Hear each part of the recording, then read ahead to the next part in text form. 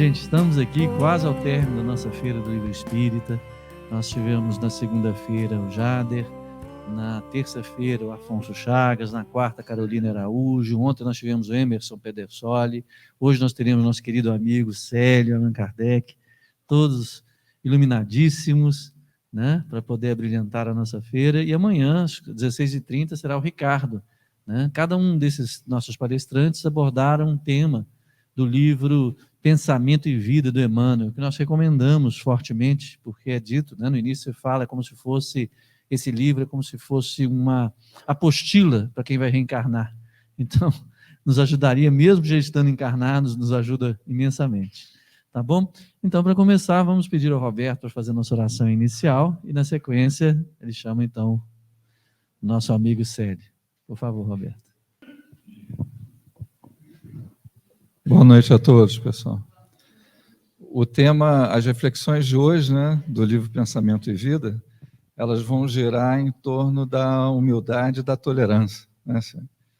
E pensando naquele que veio exemplificar para nós a sua humildade, a sua tolerância, nosso amado Mestre Jesus, que foi humilde o suficiente para se fazer nazareno, para se fazer carpinteiro,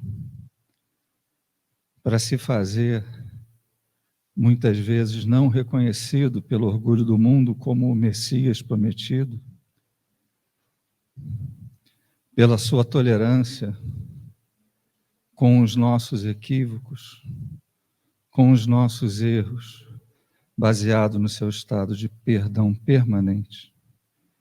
É com a proteção, com carinho, com amparo, com a inspiração de sempre desse Mestre amado, com a qual nós contamos, com esse sentimento de gratidão por podermos estar aqui nessa noite, amparados por essa casa abençoada, pela equipe espiritual de Manuel Felipe Santiago, que sustenta as tarefas de amor que aqui são realizadas, agradecidos pela presença dos nossos irmãos encarnados, que aqui vêm como nós, buscar o aprendizado, buscar o conforto, buscar a compreensão, e dos desencarnados, que da mesma forma que nós, necessitam disso tudo nos seus corações.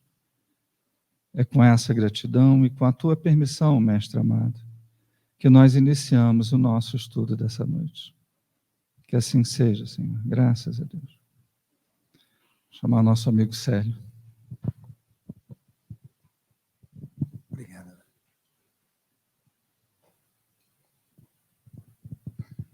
Queridos amigos, irmãos, minha saudação fraternal. É com muita alegria que eu estou retornando à casa de Manuel Felipe Santiago, e já faz um bom tempo que cá estive, e hoje eu tenho a incumbência de produzir reflexões com vocês sobre dois temas muito específicos, que em verdade são duas virtudes raras que todos nós que estamos no mundo, através das múltiplas reencarnações, nós estamos denotadamente lutando para adquirir. Os dois temas, eles são retirados do livro Pensamento e Vida, do nosso querido Emmanuel.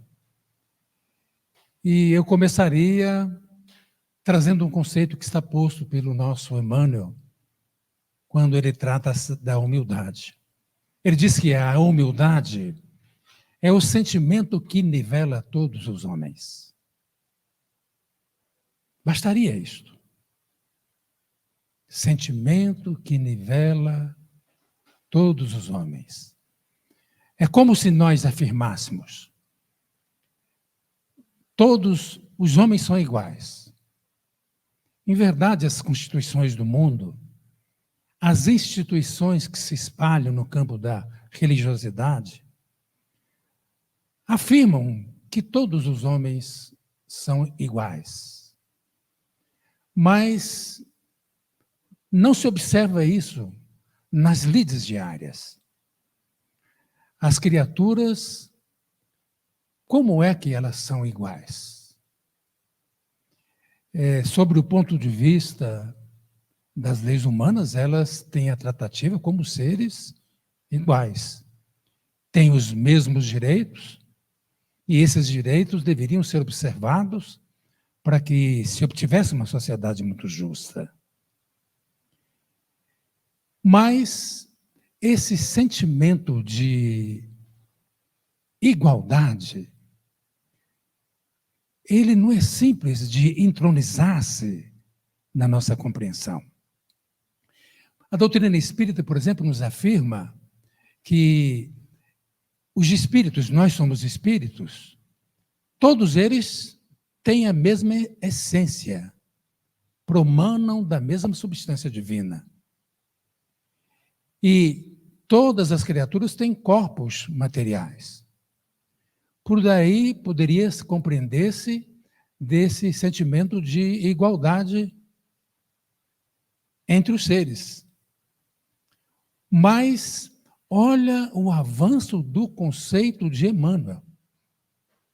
O verdadeiro sentimento que faz com que todas as criaturas sejam iguais é da humildade, donde as criaturas verdadeiramente se tratam igualitariamente, isto é, como irmãos. Eu me lembro e recordo com vocês uma afirmativa de Jesus, de uma anotação de João, donde está posto: já não mais vos chamo de servos, eu vos chamo de amigos. Os servos não sabem o que o seu Senhor faz. E eu, tudo quanto aprendi do Pai, tenho-vos dado a conhecer. Então, Jesus, com essa precípua afirmativa, ele trata todas as criaturas num patamar de igualdade, para que nós pudéssemos compreender que nós somos verdadeiramente irmãos uns dos outros. Mas como nós estamos viajando para tentar compreender essa questão da humildade na visão espírita, na visão do nosso querido Emmanuel, tem o que caracteriza a humildade e o que descaracteriza a humildade. Há os que consideram que a humildade é um sentimento de fraqueza, de servidão, de subserviência. Porque, como a humildade é a antítese do orgulho, e no orgulho as pessoas se consideram mais, saber mais, e se põem numa posição de superioridade, então não há como compreender sobre essa ótica de que as pessoas, elas são iguais nas essências. E por aí nós poderíamos avançar nesse conceito de Jesus. Imagine, tudo quanto aprendi com meu Pai, tem-vos dado a conhecer. Então as criaturas, do que sabem, do que são, do que fazem, elas se solidarizam com as outras. Elas compartilham. Exatamente porque tem os outros na sua medida. E os outros são considerados naturalmente irmãos e de tal maneira eles devem ser efetivamente tratados. Agora, no contrapasso do que caracteriza a humildade, tem umas afirmativas que são interessantes e que até mesmo entre os espíritas poderiam ter alguma objeção de conceitos. Por exemplo, as criaturas humildes, elas têm fé robusta. O que é uma fé robusta? Uma fé robusta é quando a criatura ela é testificada nos momentos de adversidade, nas contraposições da vida, nos momentos onde a criatura ela sofre colapsos em decorrência dos desequilíbrios, das violências, das contundências do comportamento das pessoas. E A fé robusta, ela se afirma diante dos momentos adversos.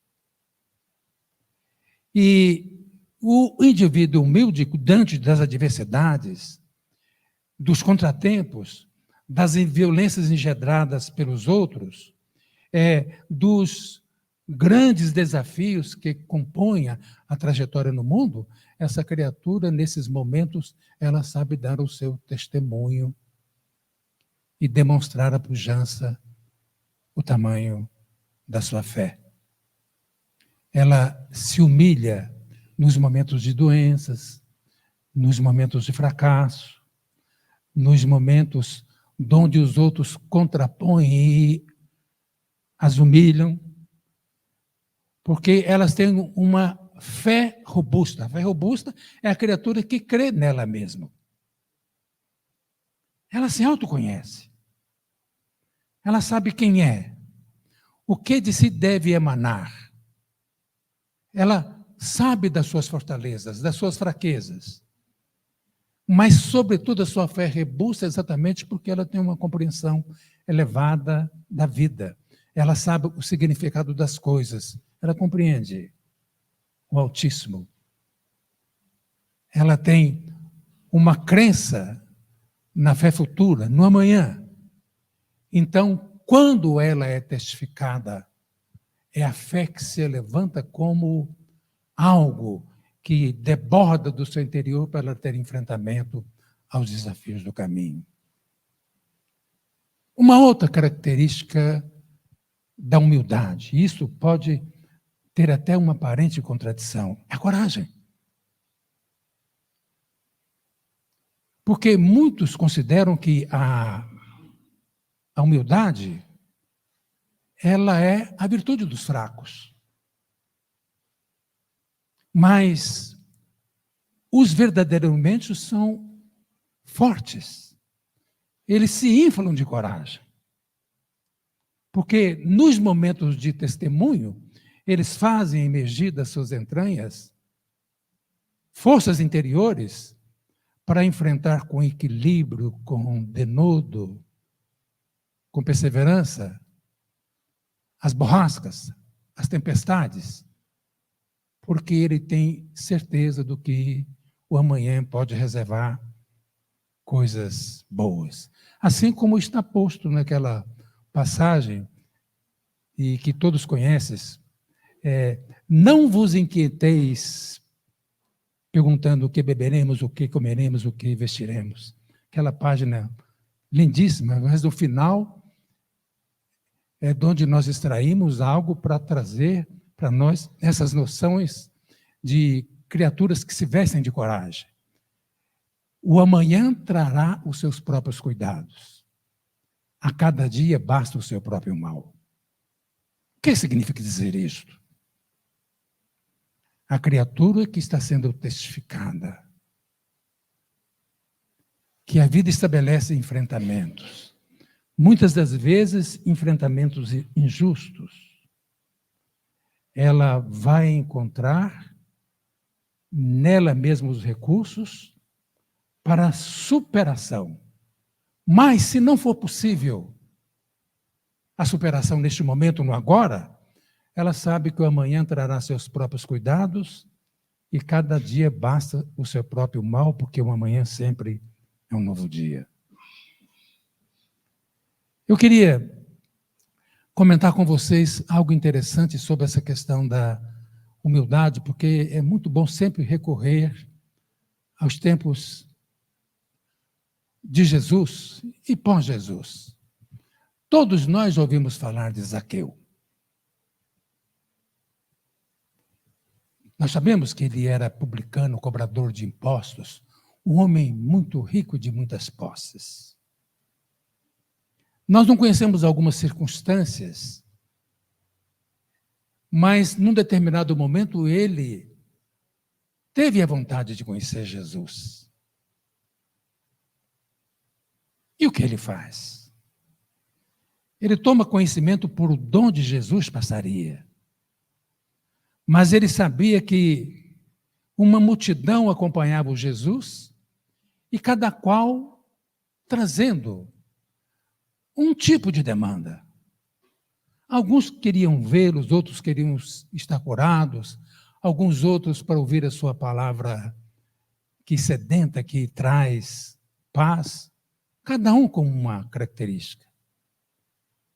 Mas ele queria estar com Jesus. E quando ele percebe que a multidão era enorme, e em decorrência da sua baixa estatura, ele não lograria êxito para avançar na multidão e estar com Jesus que caminhava entre aqueles sedentos de luz, ele toma uma iniciativa. Ele sobe numa árvore de nome sicômoro. E para ele, bastava ver Jesus.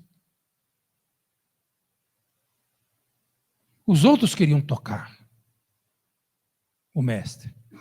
E a grande maioria, de alguma forma, queria prevalecer-se de um benefício que demandaria de Jesus. Mas para ele bastaria ver Jesus passando bem próximo dele. E a expectativa dele é que Jesus passasse, ele contemplaria aquela figura luminosa e depois ele daria curso à sua existência procurando algum tipo de trajetória. Mas o inesperado aconteceu com ele. Jesus disse: desça, Zaqueu, daí ainda hoje devo estar contigo na tua casa. E inesperadamente para ele, Jesus foi estar na casa de Zaqueu, e ele, profundamente tocado pela presença do Mestre, ele diz assim, de uma forma absolutamente espontânea: aqueles que eventualmente eu tenha causado qualquer prejuízo, eu retribuirei quadruplicadamente.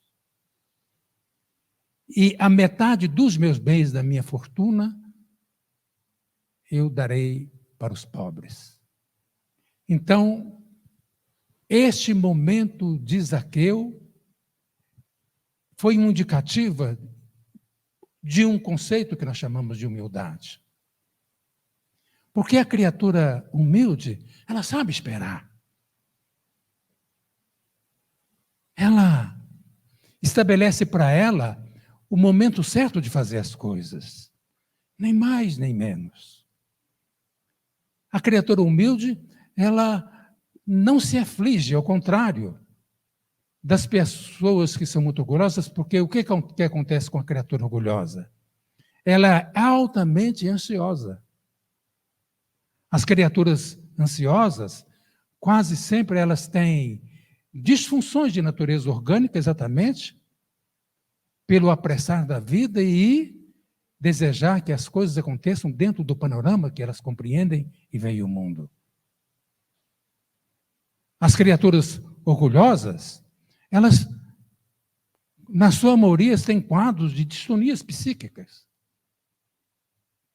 como depressões, como transtornos de ansiedade e outros quadros gravosos, exatamente pela contundência do seu ser, querendo que a vida aconteça dentro das medidas que ela estabelece, diferentemente da criatura humilde, que se posiciona num patamar de absoluta tranquilidade, estabelecendo um bom governo para os seus atos, para os seus pensamentos, para as suas atitudes. E o que é que caracteriza ainda uma criatura humilde? Dentro dessa visão que nós procuramos dentro do conceito espírita. A criatura humilde, ela tem perseverança. Ela está absolutamente certa que as coisas se concretizam em algum tempo.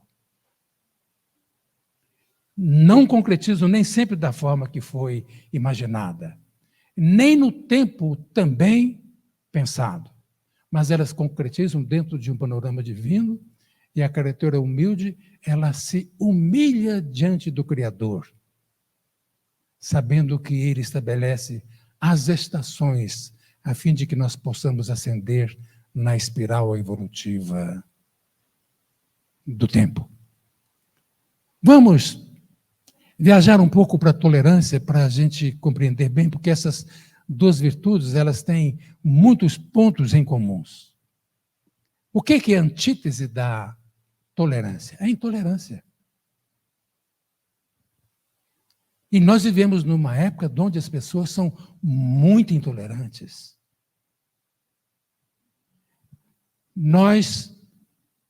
A vida estabelece uma vida de relação entre nós. Tem um princípio que não é nem um princípio que a doutrina espírita enseja para nós, que pode nos fazer entender bem sobre essa questão da tolerância, que é o princípio da alteridade. O que é o princípio da alteridade? No princípio da autoridade, as pessoas, elas aprendem a arte de conviver, respeitando-se mutuamente. Como as pessoas são diferentes, na vida de relação, elas compreendem que o outro pensa, age diferentemente dele.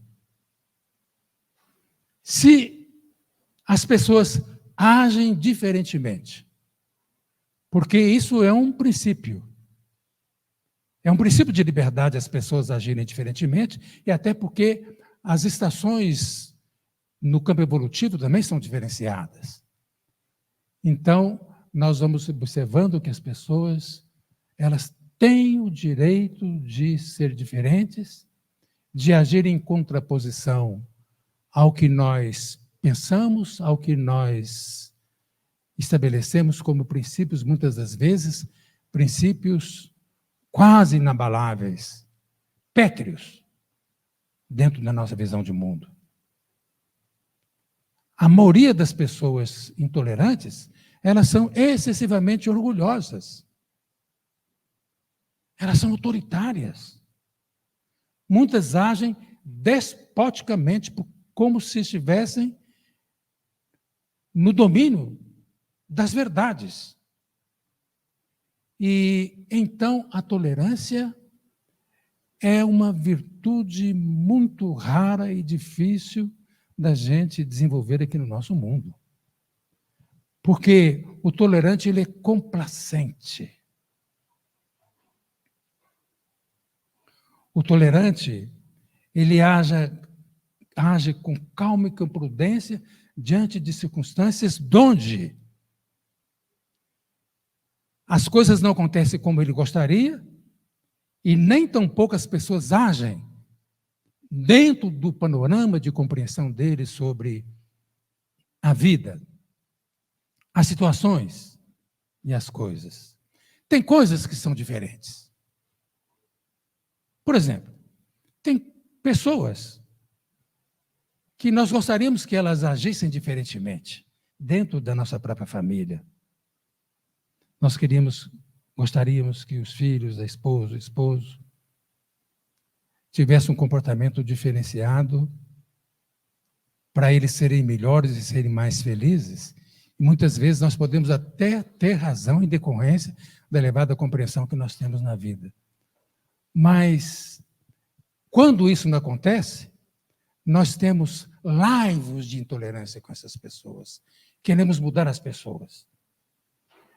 Quando eu trabalhei no livro Elos Familiares, eu emito 2 conceitos que são interessantes, que eles têm uma junção com o tema que nós estamos falando.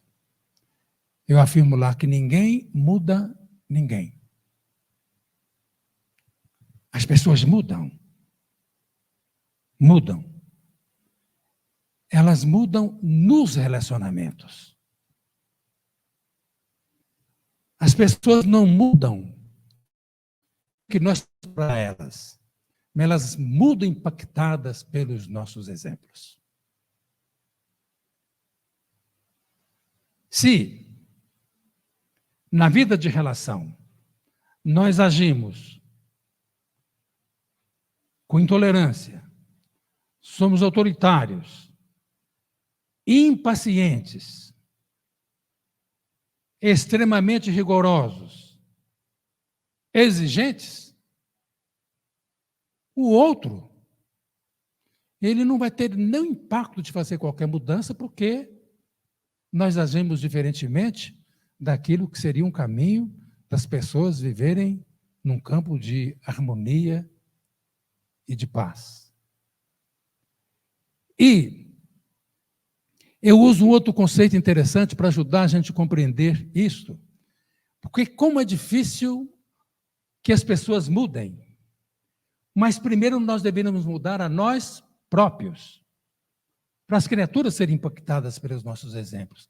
Eu afirmo lá que o amor ele é como agulha. As irmãs, as mulheres que estão aqui, vamos ver se elas concordam com a nossa tese. O amor é como agulha.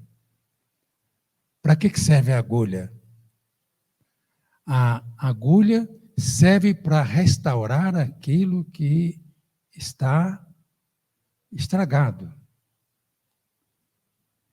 que precisa de reparos.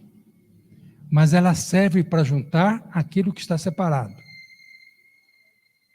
Tanto num caso quanto restaura, quanto a agulha faz coisas novas, a agulha fere, não é?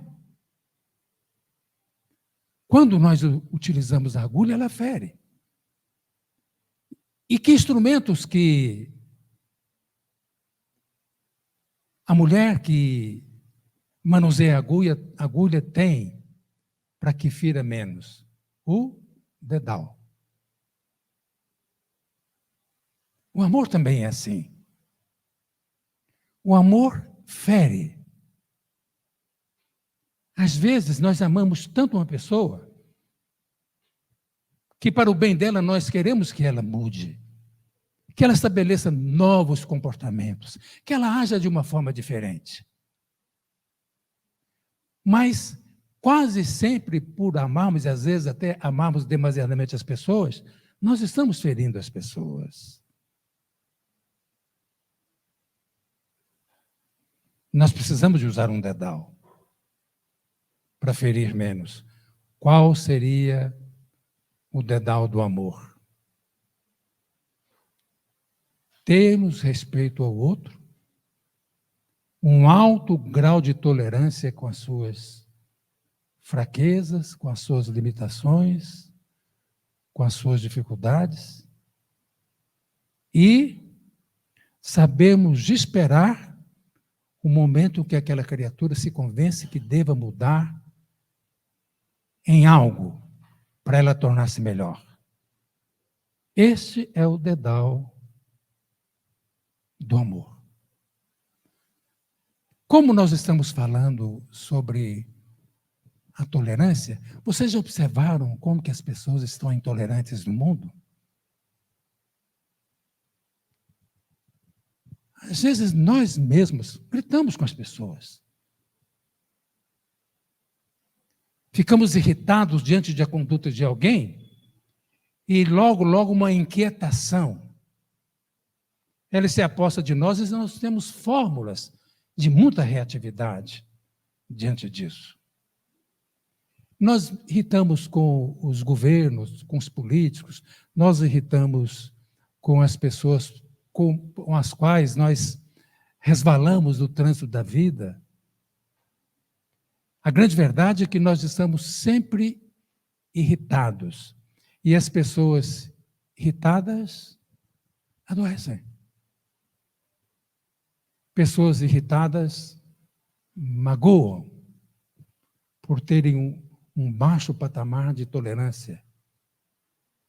E essas pessoas que magoam,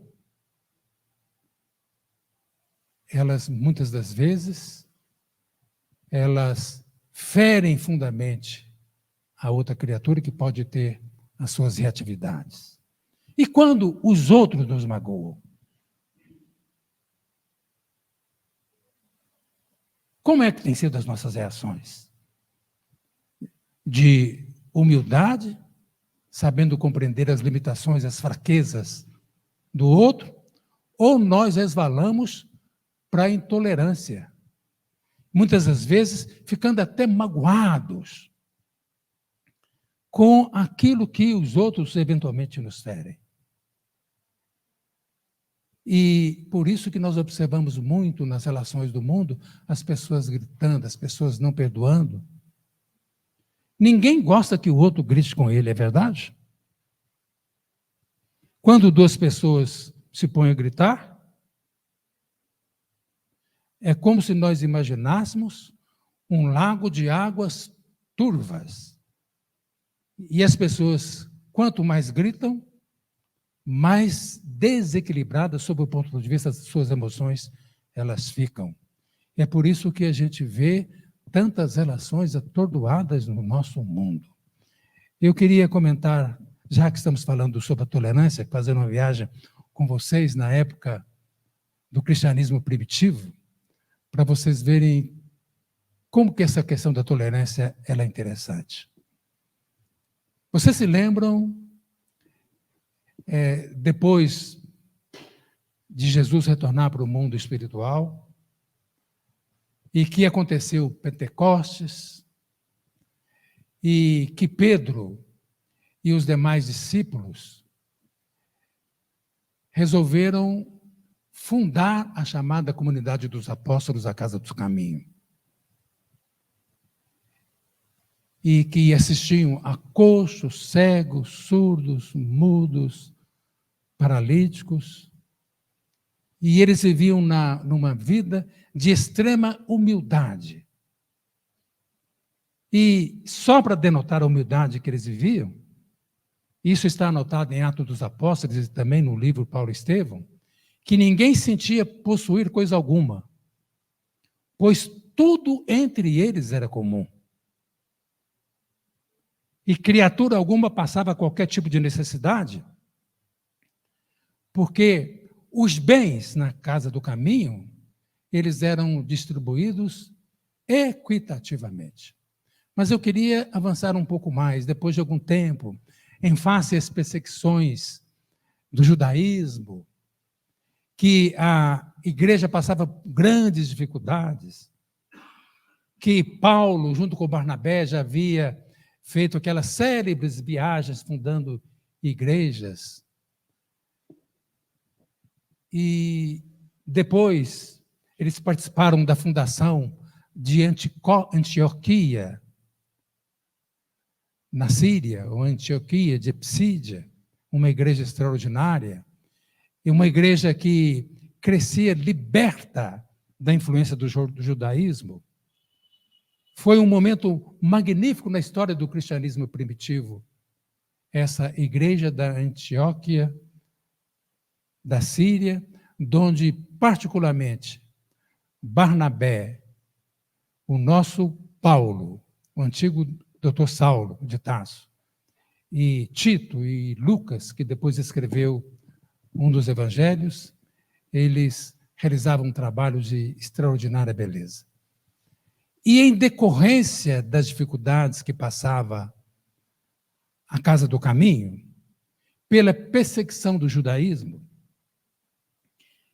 Pedro, numa atitude de muita humildade, manda um mensageiro até Antioquia, pedindo a Paulo que fosse estar em Jerusalém, na Casa do Caminho, a fim de que eles pudessem estabelecer uma conversação e ele desse conselhos para que a igreja nascente na Casa do Caminho, que seria um protótipo muito importante para o futuro do cristianismo, eles pudessem ter um rumo e vencer as perseguições do judaísmo. Então, Paulo, Barnabé e Tito, um jovem, no esplendor dos seus 18 anos, rumaram para Jerusalém. E quando chegaram em Jerusalém, na Casa do Caminho, Tiago foi recebê-los. Vocês sabem que tinham 2 Tiagos lá na igreja. O Tiago, filho de Alfeu, e o Tiago, filho de Zebedeu. O Tiago, filho de Alfeu, que foi receber os companheiros da Antioquia, ele tinha uma conduta dúbia na casa do caminho. Qual era a conduta dúbia do Tiago?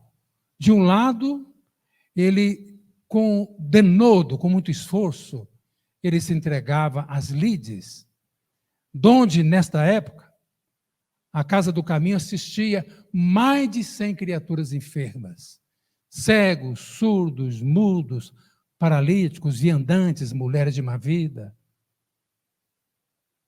E, de outro lado, ele adotara algumas práticas do judaísmo dentro da igreja nascente, para que minorasse a perseguição do judaísmo e, ao mesmo tempo, o povo de Jerusalém, inclusive os saduceus, os fariseus, pudessem dar contribuição para a sobrevivência da casa do caminho.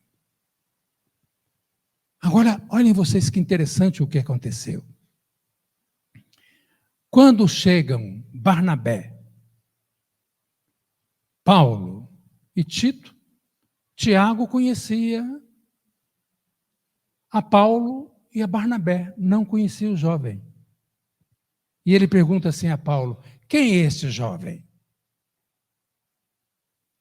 Ele é Tito. Ele foi circuncidado? Você sabe que circuncisão era uma prática do judaísmo. Paulo disse: não, ele não foi circuncidado. Então ele não pode participar da nossa assembleia. Imagine, nós aqui, como sendo, por exemplo, a figura de Paulo, que trouxe de longe o jovem para participar daquela assembleia, para discutir assuntos importantes para o futuro do cristianismo. De repente houve assim: ele não pode participar da assembleia porque ele não foi circuncidado. E Paulo achou um absurdo a atitude de Tiago. E disse assim: mas como não? Como não? Como não pode participar? Ele é da seara do Cristo e conhece os ensinos e se devota à causa. Ele não pode participar porque ele não foi circuncidado. Então começa nesse instante uma discussão entre Tiago e Paulo tinha uma têmpera forte. Quando ele abraçava princípios, ele ia até no limite das suas forças e das suas possibilidades. Ele passou a ter um momento de agastamento em decorrência da intolerância de um dos grandes trabalhadores da Casa do Caminho. Estava para acontecer o primeiro grande cisma da igreja cristã. Provavelmente, Paulo retornaria para Antioquia em decorrência da atitude de extrema intolerância do nosso Tiago, filho de Alfeu. E Pedro, que ouviu a conversação, ele chama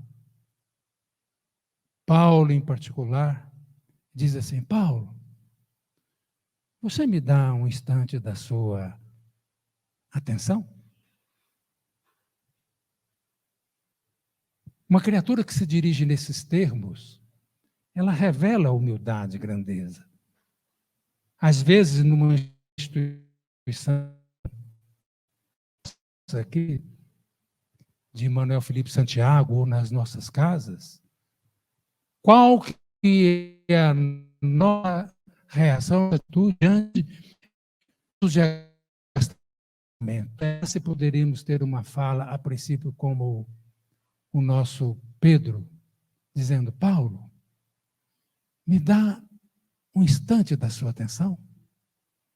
Nós falamos para um filho assim: filho, venha cá. Vamos conversar um pouco?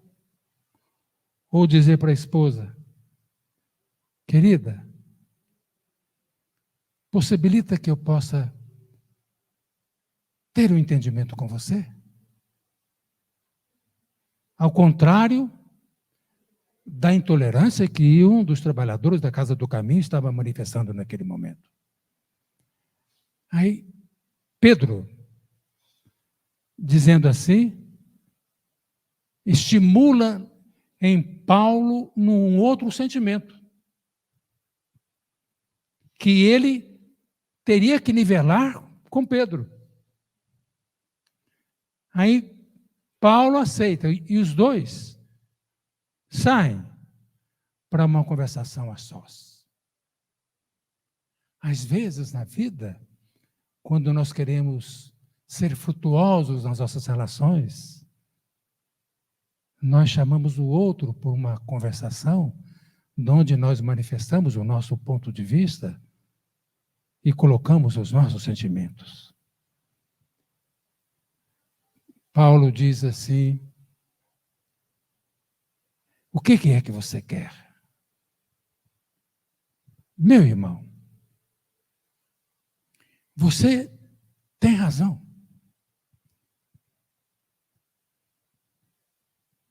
Mas nós temos sido prisioneiros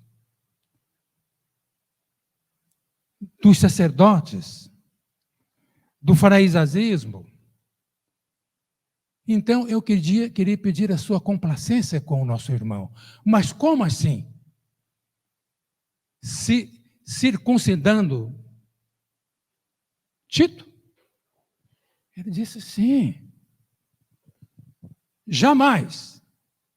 É uma resposta que quase sempre nós temos quando nós não queremos tergiversar e sair do nosso ponto de vista. Aí o nosso Pedro diz assim: Paulo, ceda, meu irmão. O que vale uma concessão diante das imensas conquistas que nós temos para o porvir. Ceda, meu irmão. O que vale uma concessão diante das imensas conquistas que nós temos para o porvir. Aquela fala calma, uma característica do comportamento humilde. Amena, eivada de contundência sob o ponto de vista da lógica espiritual, faz com que Paulo, contrafeito, diz assim: então que Tito seja circuncidado. Ele foi circuncidado, aconteceu a primeira assembleia, ou o primeiro concílio da história do cristianismo primitivo, e dali eles puderam ter ideias para que a Casa do Caminho pudesse ter um novo rumo. Vocês estão observando como a tolerância é uma amiga íntima da humildade? São dois sentimentos comuns, irmãos. Eu até compreendi por que foi pedido a mim para falar em simultaneidade dessas duas virtudes, e elas estão coladas nas reflexões do nosso querido Emmanuel, porque ambas são muito importantes para a nossa libertação, para o nosso crescimento espiritual. Mas eu queria dizer uma outra coisa que é importante, que é uma característica dessas duas virtudes. As pessoas dizem que todos têm o direito à liberdade. A liberdade de pensar, a liberdade de ir, a liberdade de vir, a liberdade do existir, a liberdade de exposição das suas ideias, a liberdade de ação.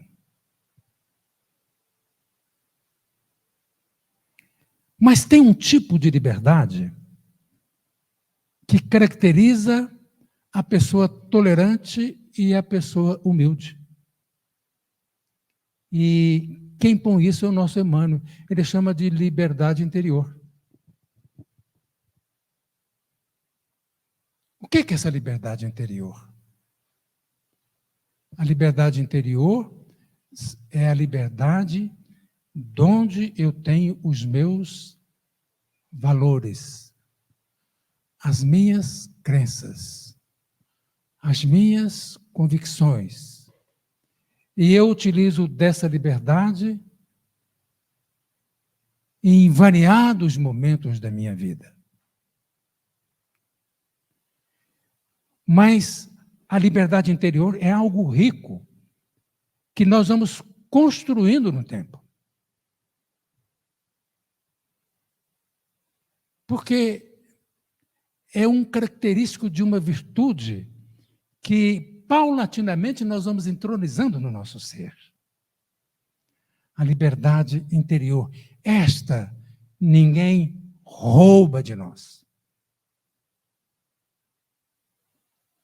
Eu não sei se você se lembra no livro Paulo Estevam, quando ele teve aquela discussão áspera com o Dr. Saulo de Tarso, que chegou no momento que Estevão, ele quis interromper.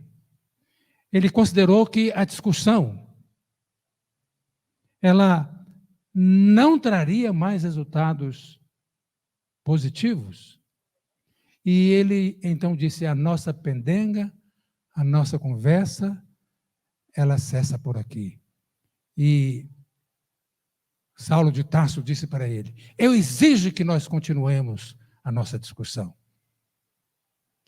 Aí o Estevão disse para ele: você pode calar a minha voz, pode me prender, mas a minha liberdade,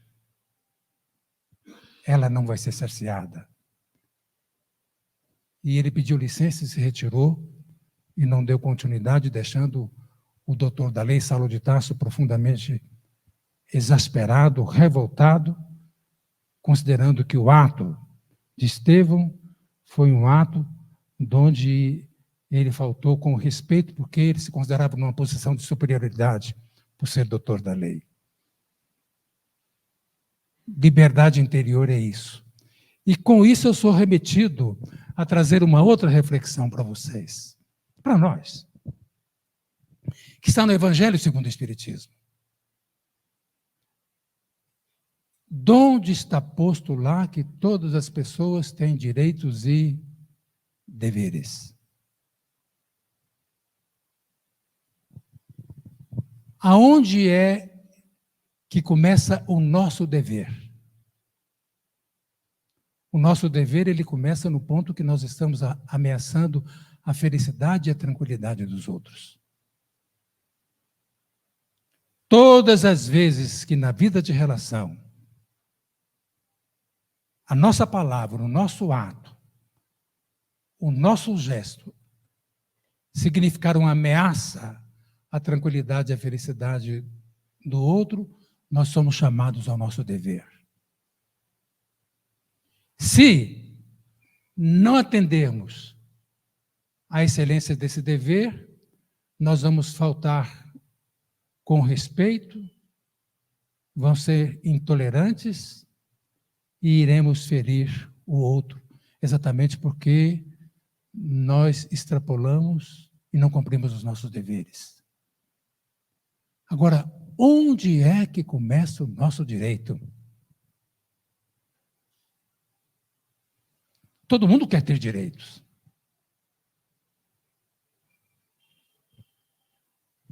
E, segundo o conceito do Evangelho segundo o Espiritismo, o nosso direito, ele começa no ponto que nós não queremos que ninguém ultrapasse em relação a nós. Aí é uma questão de dignidade. Tem momentos na vida que nós consideramos que está o nosso limite e que nós não queremos ser ultrapassados. A nossa liberdade interior dita para nós naquele momento que, a partir desse momento, nós queremos que as pessoas nos respeitem. Só que cada um tem uma medida, não é? Tem pessoas que estabelecem esse limite num ponto e outros noutros pontos. Cada qual tem um grau de compreensão, cada qual tem um grau de tolerância. Mas as pessoas mais humildes, porque elas são mais complacentes, exatamente porque elas são mais compreensivas, esse limite se distende por compreender as dificuldades, as limitações, os sofrimentos que eventualmente assoberbam a vida do outro, e elas estendem muitas das vezes, estabelecendo um silêncio. E interiormente, fazendo o que nós poderíamos chamar para vocês de preces silenciosas, para que a mente do outro se aquiete, porque a criatura humilde, ela jamais ofende quem quer que seja. Deixa eu dizer uma coisa para vocês e para mim. Difícil, não é? Não é fácil nós agirmos nesse modus. Porque, principalmente nós que estamos há anos e anos perfilando na doutrina espírita, compendiando os livros espíritas, ouvindo palestras bonitas, depoimentos de espíritas, tendo convivências harmoniosas com pessoas que nós amamos e que nós admiramos, de quando em vez, quando somos testificados, nós agimos diferentemente dos preceitos que aprendemos e que apreendemos. Mas, como hoje foi para nós oportunizado refletir sobre esses dois temas, eu diria para vocês, eu diria para mim, para nós termos mais vigilância, a fim de que a humildade, ela baile, ela vem para a superfície, e a fim de que o nosso grau de tolerância atinja patamares maiores, a fim de que nós possamos conviver em harmonia e em paz com as pessoas.